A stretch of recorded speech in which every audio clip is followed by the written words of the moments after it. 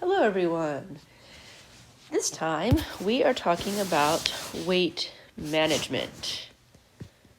Dr. Jenkins here. So we're basically going to take what we've learned so far about all of the nutrients and then about its metabolism, their metabolism, and then apply it to weight management.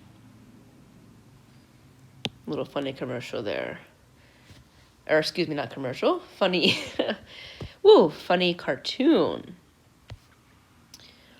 All right, so, I'm not here to tell you what weight is quote unquote right or wrong, but what we do know is that obesity is an issue, especially in this country, and obesity leads to a variety of health issues. Hypertension, which is high blood pressure, diabetes, cardiovascular disease, pulmonary disease, metabolic syndrome, the list goes on and on. I'm not going to ask you anything about these statistics, but we can see over the past decades, and this last one here in this slide is 2005, but we can see the rates of being classified as obese using the BMI chart have gone up considerably. So just imagine what's happened since 2005. It's 16 years ago. So because of this, talking about weight management is a reasonable thing to do. What we eat should ideally be used to fuel our body. And even though it's enjoyable and all those things, if we take it too far, it can lead to many, many unhealthy consequences. There are some differences in obesity rates based on gender and based on ethnicity. You don't have to know this, but I'm just giving you some information. I would like you to know this, though. Children are particularly becoming at risk. And it's not like it's people's fault necessarily. If we think about how society has changed, we used to be a much more mobile society where we would have to walk. And now a lot of people work sitting down. We didn't have food as readily available. Now we do. So there's a lot of reasons why, of course, it's more difficult to eat well. So it's not like it's people's fault necessarily. But we do have a choice in all this. Anyway, I would like you to know that in the last 30 years, the rates of childhood obesity have tripled. Something else we know is that people who are overweight or obese when they're younger tend to have a much more difficult time dropping the weight later. So we can be setting people up for a really difficult time later on. All right, so this is kind of a topic that's wrought with all sorts of things. We are going to start by trying to simplify weight management as being a balance. We have calories in. So these are calories that we bring in through food. And then we have calories out. Calories out would be the calories that we burn to keep our organs going and to fuel activity. If we want to maintain our weight, we would keep these equal. So in its simplest form, this is the balance. If we eat more than we expend, weight will be put on. If we expend more than we eat, weight will be lost. Now, of course, there are some further considerations. Not every nutrient or calorie is exactly the same, so I know that. But I think this is still a really useful place to start because this really tells us the most. I'm just going to ignore that, thank you. Even though there's some idiosyncrasies about different nutrients, really at its base, a lot of our weight can be balanced by considering this simple equation. So a lot of times this can be complicated when it's easy to just go back to the basics. energy in, energy out, right? Calories in, calories out.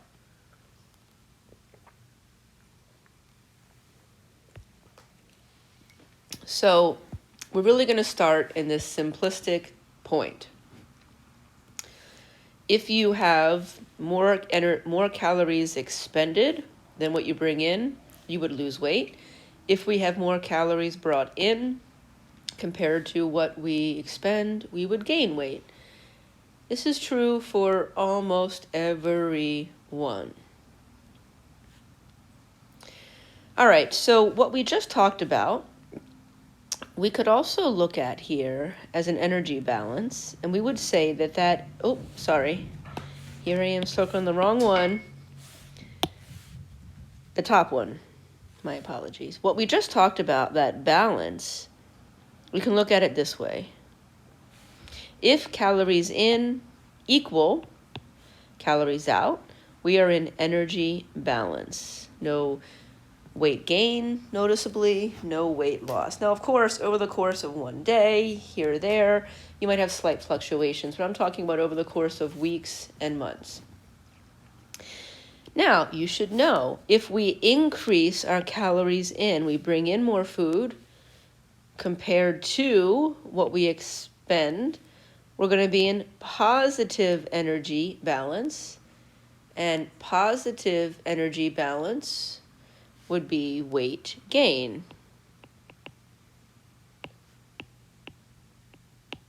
Versus if we have less calories in, but we expend more energy, negative energy balance, which could result in weight loss over time.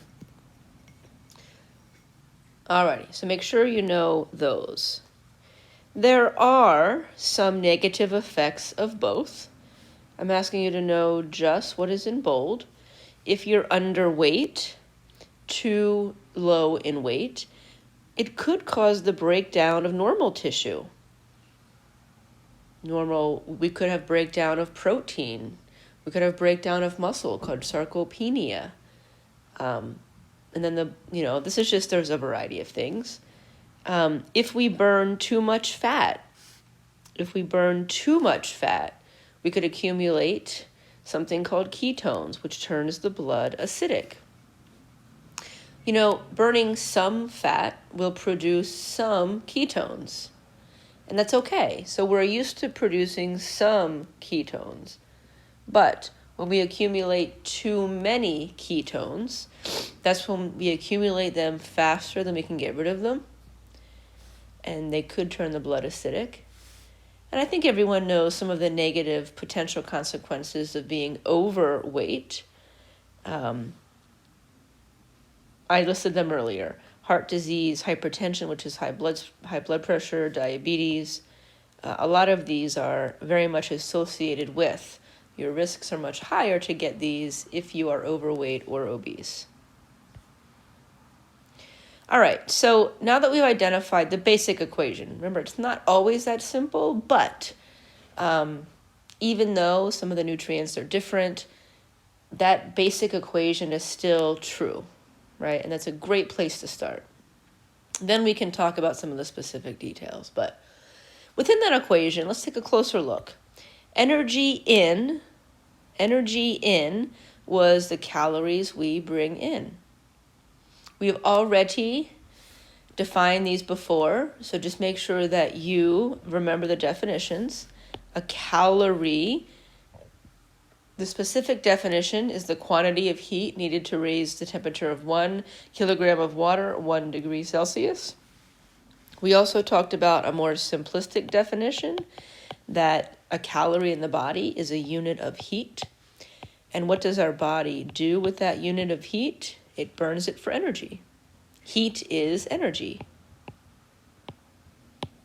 Exclamation point.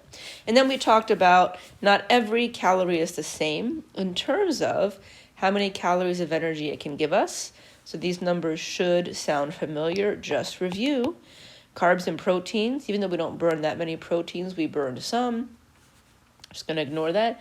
For carbs and proteins, for every 1 gram of carbs or protein that we burn for energy, we yield 4 kilocalories of energy, versus lipids. For every 1 gram of lipids, we produce 9 kilocalories of energy. So review those. Then there is energy out. I'm trying to remember, I teach so many classes, I can't remember if we introduced this in the metabolism chapter. I believe we may have. Either way, just make sure you know these. Energy out, calories expended, right? This was our calories expended. Our total calorie expenditure is made up of 3 things. The majority, 2/3, somewhere between 50 and 70% of all of our calorie expenditure is through our basal metabolism. So you may recall, basal metabolism are the calories needed just to keep your vital organs going. Calories needed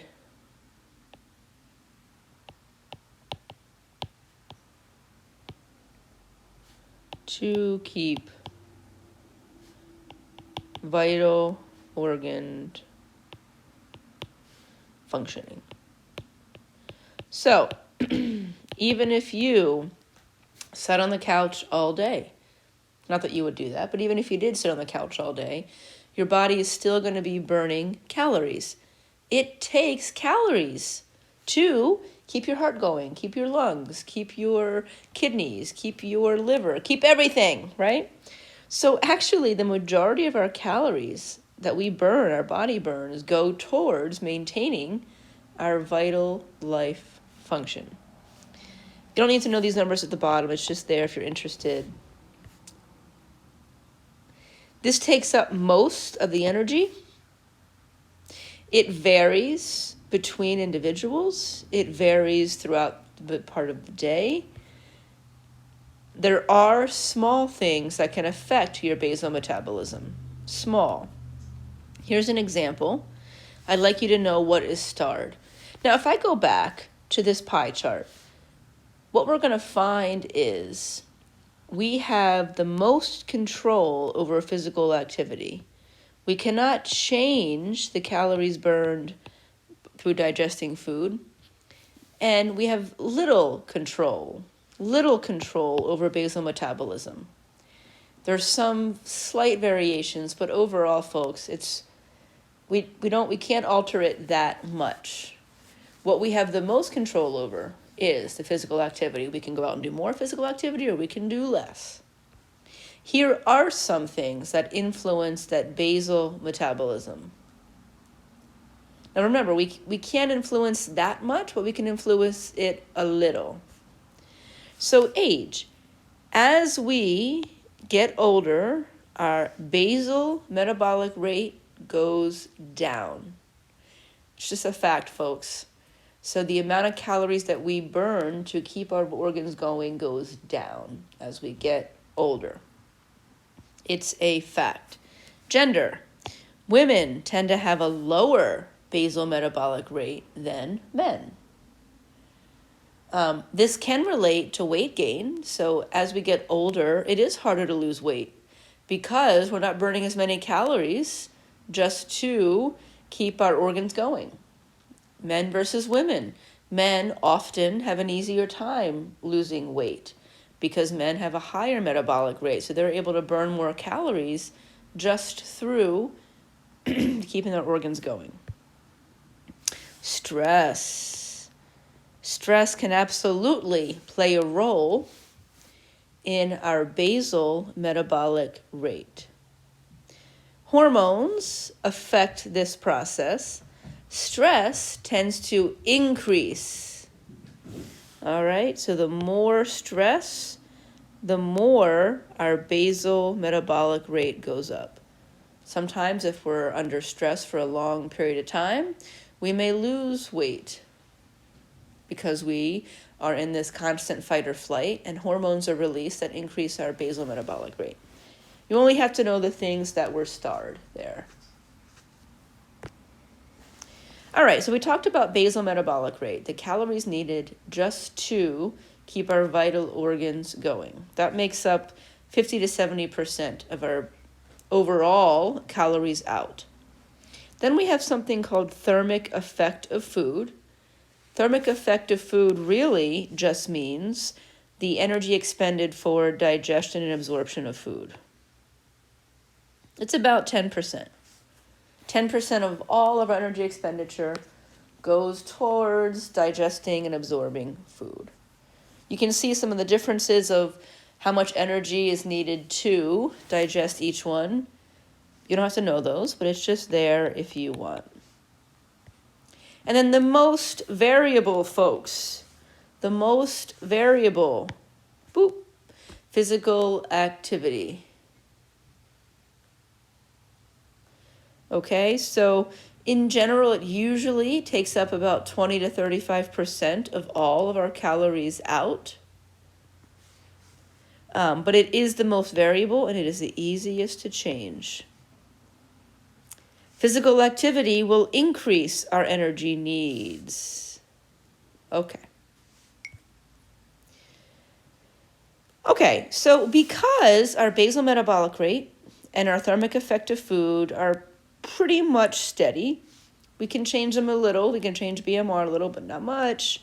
Really, if someone is interested in losing weight, the biggest way we can alter calories out is through altering physical exercise and activity. The best way to increase energy expenditure is to increase physical activity. Of the piece of the pie chart, this is what we can have the most control over.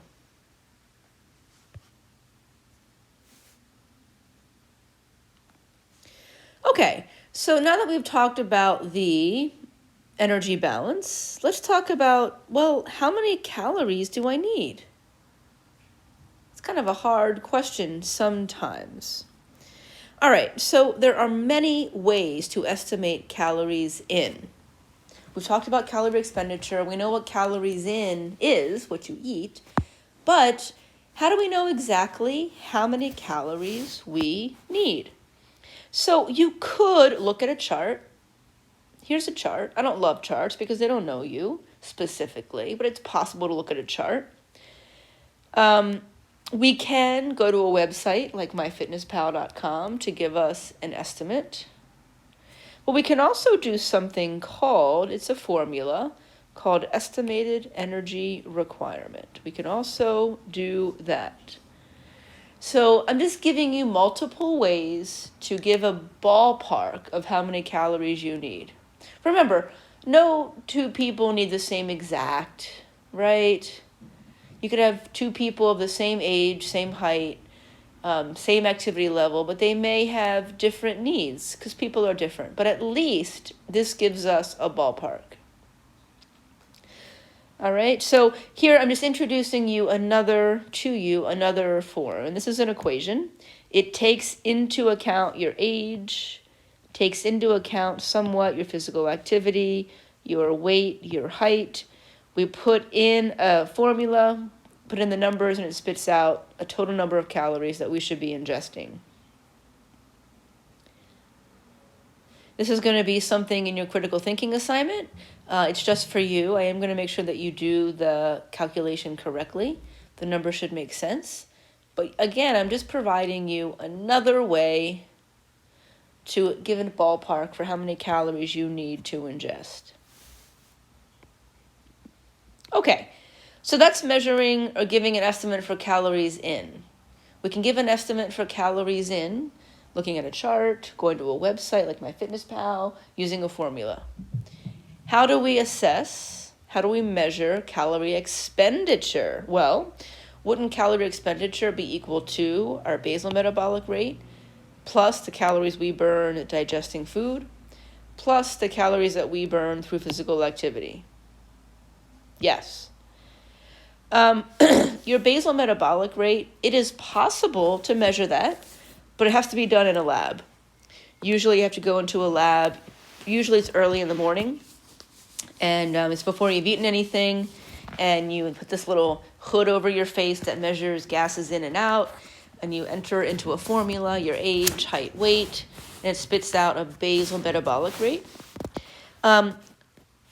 We won't be doing that in this class, obviously. But, we can do a quick and dirty way of estimating our basal metabolism. take your weight in pounds and multiply it by 10. Short of being able to have the equipment to do it in a lab, we can estimate it. Take your weight in pounds and multiply by 10. So for example, I'm about 150 pounds. 150 times 10 is 1,500. So a really quick estimate. It's not going to be the most accurate, but it is an estimate, folks. I may burn around 1,500 calories just to keep my vital organs going. Thermic effect of food, it's possible to estimate using a formula. We're not going to get into it specifically. But we can also talk about how we can assess exercise. And this is an old program we used to use because now we're using MyFitnessPal. And there's actually many, many websites.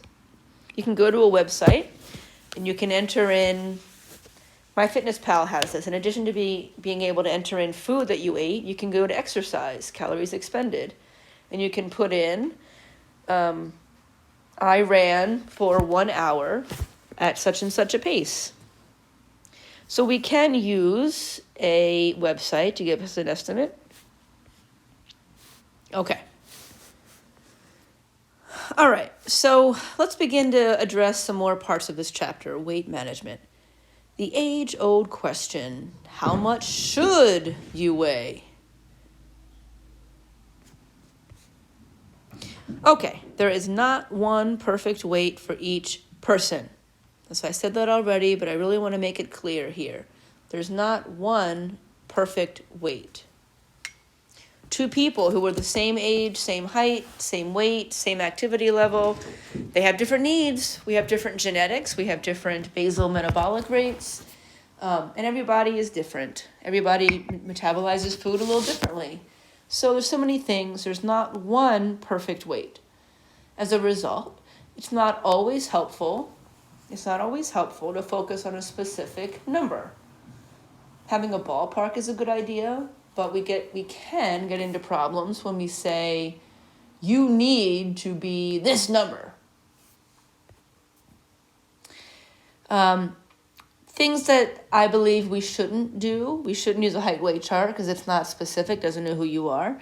It's not necessarily helpful to compare yourself to others because everyone is different. We shouldn't have only one idea in mind because different weights are needed for different people, especially for women, especially at certain ages when women are younger. It can be really hard when you see all these, quote unquote, what we should look like, right?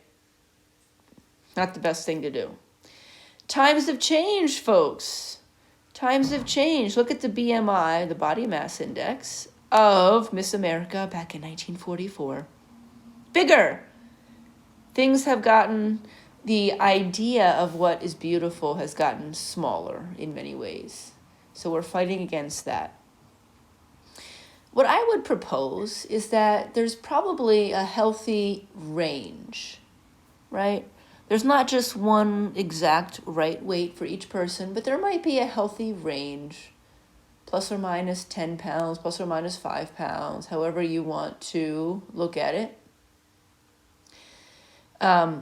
This range should be something that is beneficial to ensure proper health. That should be our goal here. People might have a certain idea of what they want to look like just for looks. That's one thing. In this class, we're focused on health, right? Not what society thinks. Okay. All right. My recommendations, I'm being quite general here, but I always suggest that people don't think too hard. We can get into trouble when we think, oh my God, 150 pounds versus 152, and you go back and forth. Well, really, for your overall health, those 2 pounds, they're not going to make a difference, really. And then consider overall health. You may have other goals too, but start with the overall health.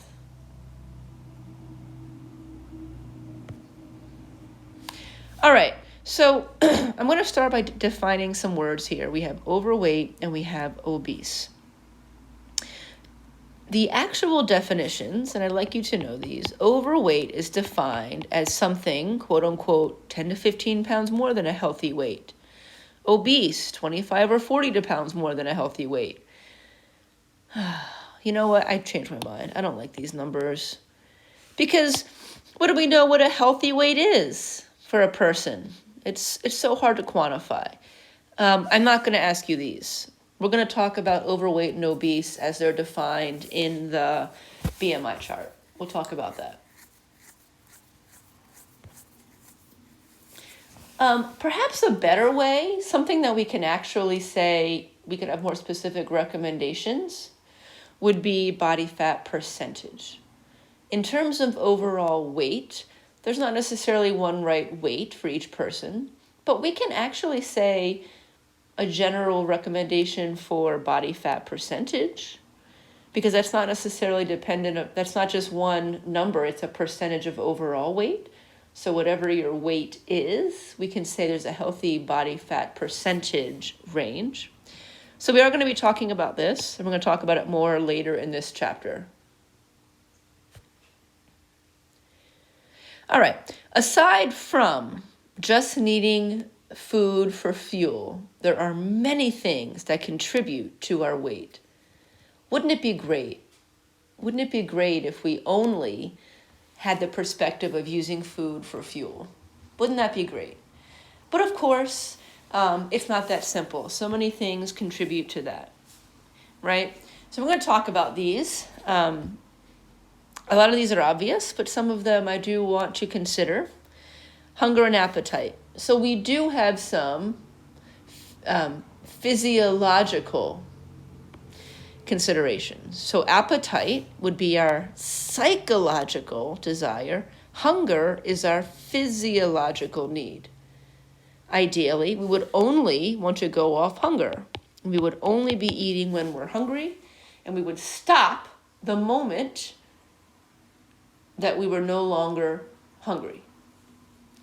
Right? But of course, it's not just that. There's also a psychological aspect. If we were to go only off of hunger, we would be utilizing our body's natural physiological feedback mechanism. Genetics play a role. I think we know this.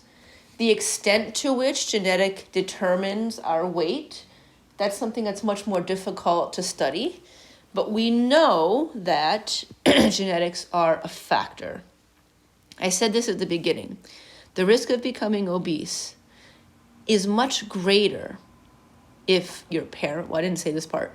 Your risk of becoming obese is much greater if your parents are obese, and your risk of staying obese are much greater if you start off obese when you're younger, right? So our environment and genetics play a role. Environment, folks. I mean, think about our lifestyle. A lot of people work sitting down, so we're not really expending that much energy. We're more likely to want to snack.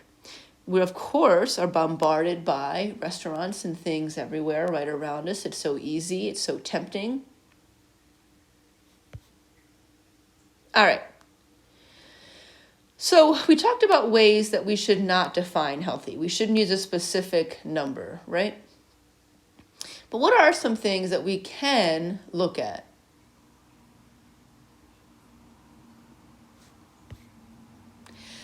All right, so I've been mentioning this before. It's important that we talk about it.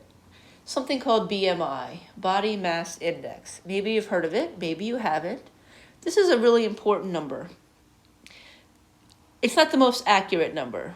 In fact, you're going to find out that I don't really like it at all for its problems with accuracy. But we have to talk about it because it is very commonly used. Physicians use it as a quick way to see, do you fit into the overweight or obese category?